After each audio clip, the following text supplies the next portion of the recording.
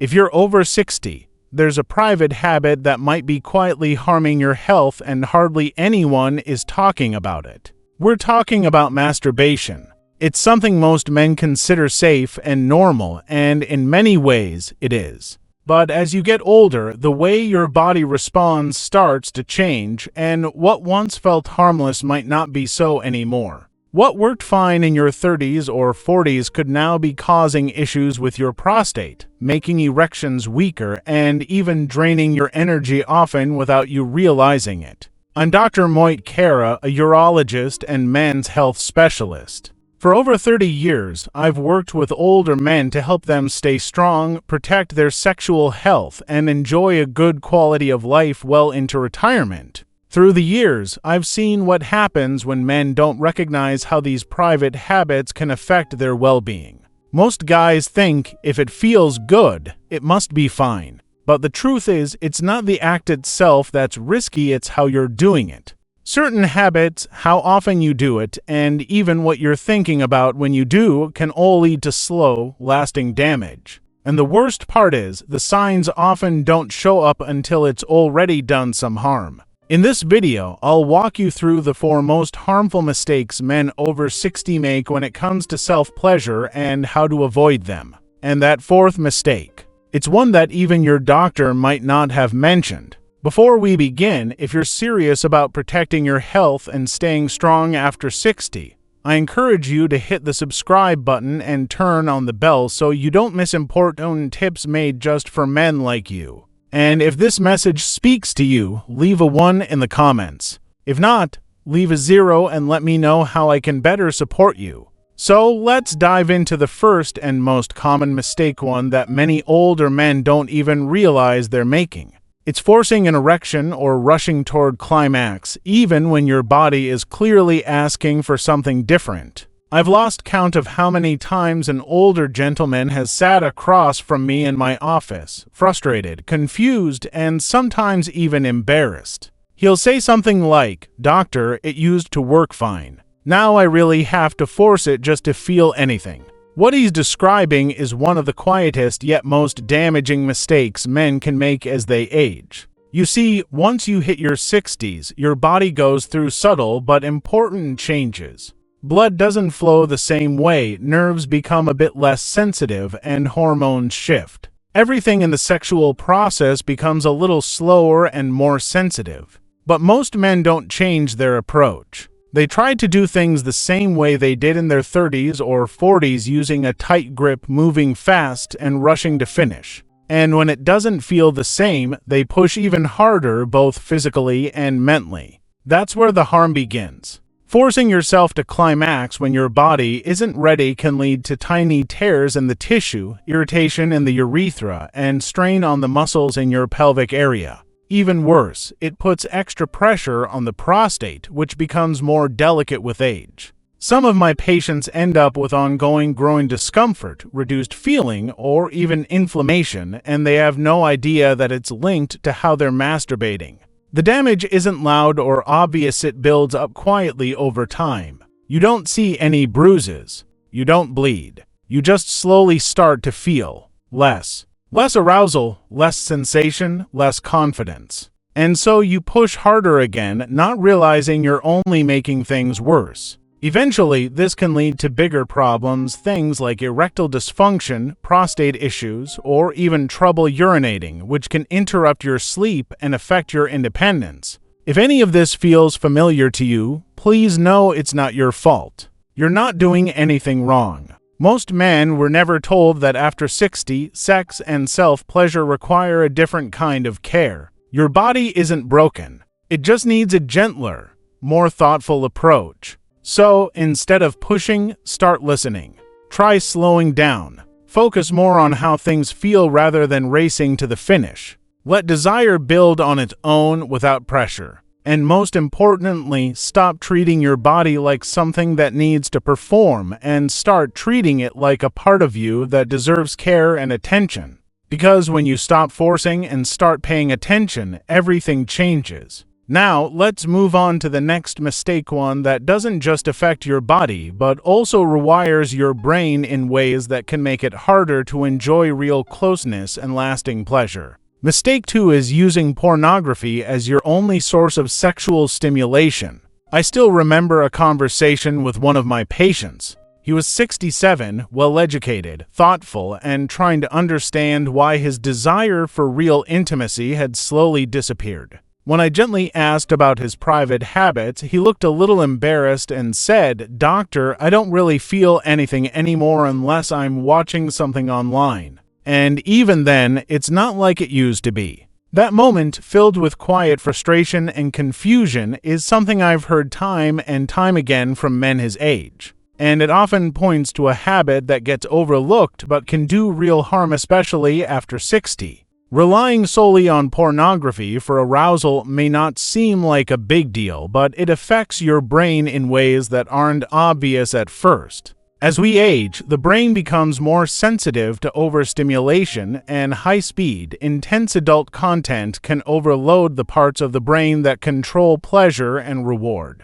In other words, it floods your system with chemicals like dopamine, far more than real-life touch or connection ever could. Over time, this can cause your brain to adapt in a way that makes normal, everyday experiences feel dull by comparison. What used to excite you starts to feel flat. What once brought pleasure now barely registers. And so, you start chasing more intense content, watching longer, more often, hoping to get that same spark again. But instead of feeling more satisfied, you start to feel more disconnected. Your natural ability to enjoy physical closeness, simple touch, even affection begins to fade. And this isn't about shame or judgment, it's just how the brain works when it's overstimulated. Eventually, the damage isn't just physical, it's emotional, too.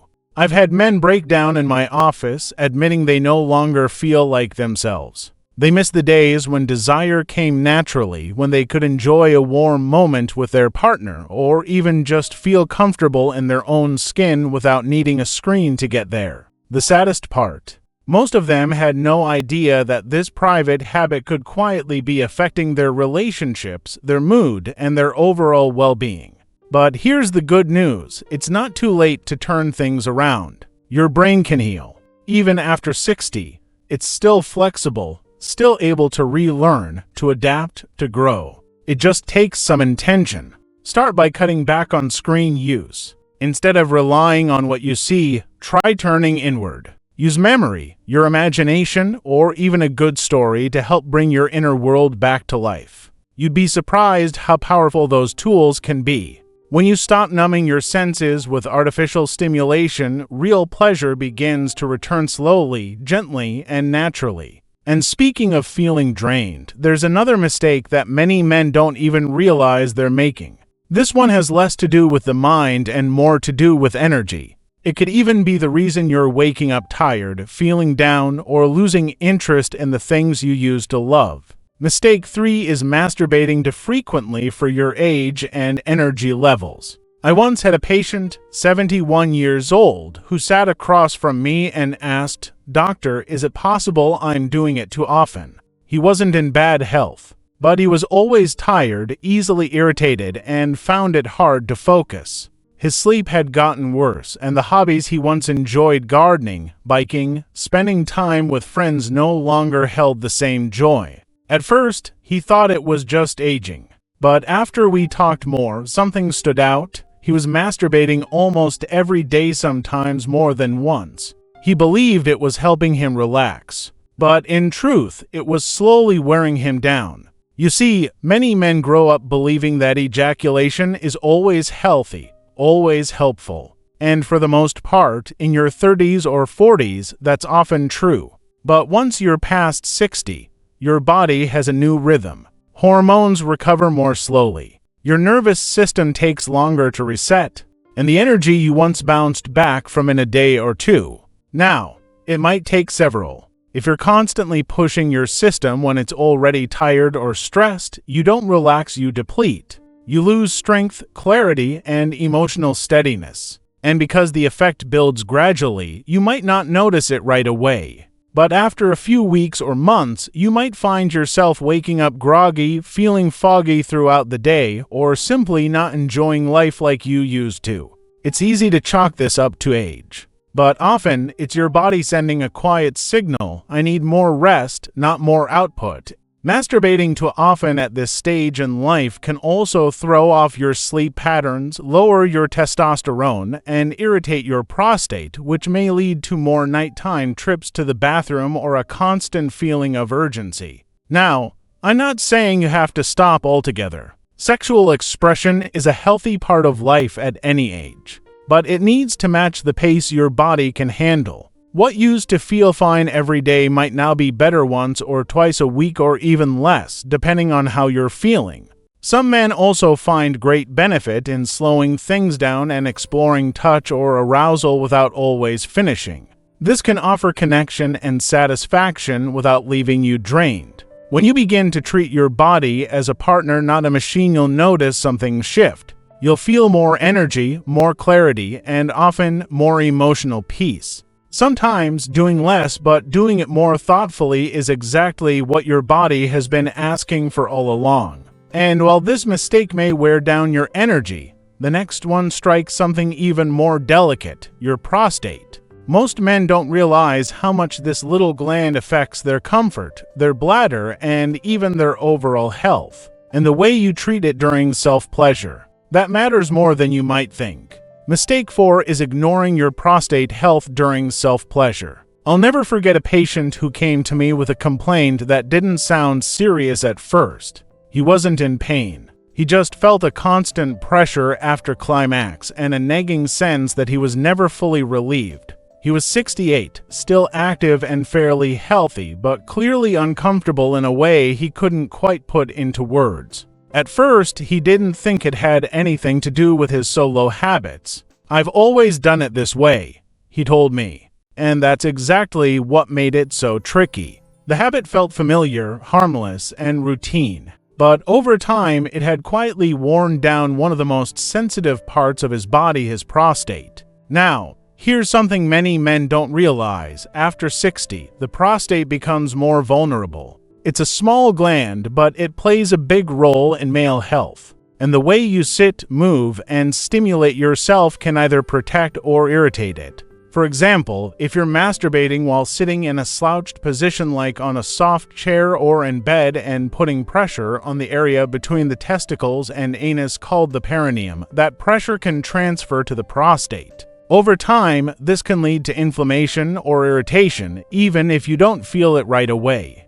And then there's the habit of skipping urination after climax. Many men don't think twice about it, but letting that fluid sit in the urethra instead of flushing it out can add to irritation and increase the risk of lingering discomfort or infection. It's a small thing, but over time, small things add up. The danger here isn't just an occasional ache, it's the buildup. That quiet, ongoing tension can eventually start to affect bladder control. You might notice more urgency, a weaker flow, or more frequent trips to the bathroom at night.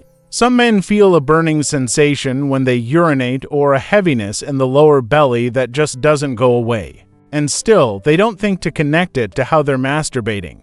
Instead, they blame it on getting older or their diet. But the truth is, you often have more control than you think. Simple changes can make a big difference. Start by urinating after you climax. It helps flush the system and reduces irritation. Be mindful of your position. Try lying down or sitting in a way that doesn't put pressure on the pelvic area. And above all, pay attention to how often and how forcefully you're stimulating yourself. Taking care of your prostate isn't just about avoiding disease. It's about feeling comfortable in your body, staying in control of your bladder, and holding on to the confidence that comes from knowing your body is working the way it should. I've seen men in their 70s rediscover a sense of ease just by becoming more aware and a little more gentle. It doesn't take a big change or a prescription, just a little shift in attention and care. And now that we've covered these for quiet habits that can slowly chip away at your energy, your pleasure, and your overall well-being, it's time to bring everything together.